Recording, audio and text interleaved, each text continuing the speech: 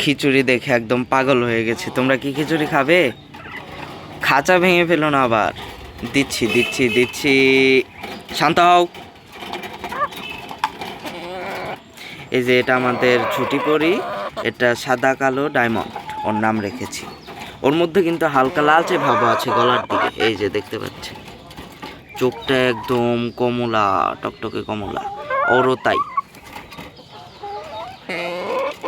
ওরা কিন্তু বাসায় পালন করা মুরগি, মানে আমি যার কাছ থেকে কিনে এনেছি সে ওকেও ছেড়ে পালতো, ওকেও ছেড়ে পালতো।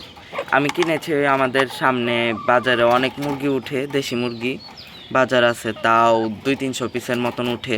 সে জায়গার থেকে আমি বাছাই করে করে এনেছি। আর এটা আমি কয়েকদিন আগেই কিনেছিলাম, 1 মাস 1 দিন আগে, 1 মাস 10 দিনের মতন হয়তো হয়েছে। হ্যাঁ, আর এটা আমার এই সব মুরগির মধ্যে এটা একটু পুরনো।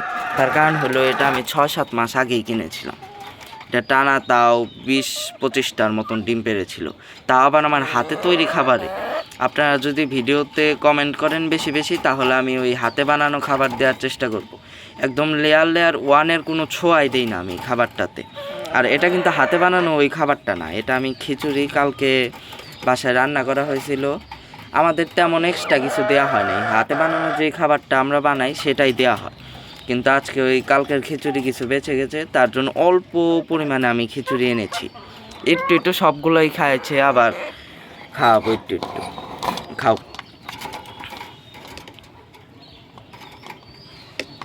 বলো যে কেমন হয়েছে। খালি তো খেলে হবে না, রিভিউ দিতে হবে। বলো আমার মা কেমন রান্না করছে, বলো। দিবে না রিভিউ? তাহলে কিন্তু আর খিচুড়ি দিব না। আমি ওই রিভিউটা দিয়ে দেই। খিচুড়ি অনেক ভালো হয়েছিল কালকের, মুগ ডাল দিয়ে খিচুড়ি রান্না করছিল। নিচে কিছু লেগে ধরছিল, মানে পাতিলের তলায়, সেগুলা আর কিছু ভালোগুলা মিলে ওদেরকে খেতে দিয়েছি। কারণ ওইগুলা ফালেই দিতে হতো, কারণ পোড়া জিনিস তো আমরা খেতে পারবো না, তার জন্য ওদেরকে দিয়ে দিচ্ছি। তাছাড়াও আমি হাতে বানানো অনেক খাবার মিশিয়ে একটা খাবার বানাই, সেটা যদি আপনারা কমেন্ট করেন, আমি বললাম তো যে সেই ভিডিও দেওয়ার আমি চেষ্টা করব কিছুদিনের মধ্যেই। এই যে আমাদের ছাদ বাগান কুয়াশায় ঘেরা, দূর দূর দিয়ে কিছু দেখা যাচ্ছে না। 9টা বেজে গেছে, তাও হালকা হালকা কুয়াশা রয়েছে, অত যে বেশি তা না। এই যে আমাদের কুমার, শান্তশিষ্ট কুমার, ও চুপচাপ বসে রয়েছে। এই যে আমাদের বাগানটা, এটা আমার অনেক পছন্দের একটা ডালিম গাছ। এটা যে ফুল গাছ আছে, কদবেল গাছ আছে, আম কাঁঠাল গাছ আছে, রাম তুলসী পাতা আছে, গাঁদা ফুল গাছ আছে, সরি আমি ভুল বলে ফেলেছিলাম। লেবু গাছ আছে, তুলসী গাছ আছে, শশা গাছ আছে, গোলাপ ফুল গাছ আছে, আরও জানি ওই সাদা ফুলটার নাম যেন কি আমার ঠিক মনে নাই। মরিচ গাছ আছে, এগুলা গাছ নেই আমাদের বাগান। ও গন্ধপাতাল গাছ আছে। এটা আপনাদের ভাষায় কে কি বলেন সেটা আমি বলতে পারলাম না, তাও বললাম, আমার ভাষাই বললাম।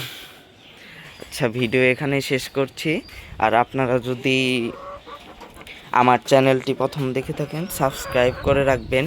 আর আমার সাবস্ক্রাইব দরকার নেই, কারণ আমার অত দরকার নেই, তবে আমি সাবস্ক্রাইব করবেন, কারণ আমি, আপনারা যদি কমেন্ট করেন, আমি কষ্ট করে হলেও শুক্রবার দিন আমি ফ্রি থাকি, সেই দিন আমি আমার খাবার কিভাবে বানাই, কিভাবে আমি হাতে বানানো 50 টাকার মতন খরচ করে সেই খাবারে আমি প্রত্যেক দিন ডিম পাই একটা মুরগির। যেমন আজকে এই 4টা মুরগির মধ্যে কালারটা তো ডিম পাড়া বাদ দিয়েছে, কিন্তু এই 2টা পারবে, ওই ছুটি পরি পারবে, এইগুলো এই কয়েকটা ডিমই আজকে পাবো, এই 3টা ডিম পাবো আজকে। আর আমার ওদের পিছনে প্রত্যেক দিন খরচ পড়ে এলো 17-18 টাকার মতন। আমার 3টা ডিমের দাম 70 টাকা হালি ধরলেও কত আসে, 50 টাকার একটু বেশি এরকম আসে। আমি 20 টাকার কম খরচ করে আমি 50 টাকা ডিম পাইতাছি। এটা দিয়ে আমাদের ফ্যামিলির ডিমের চাহিদা পূরণ হয়, এটা আমি বলতে পারি।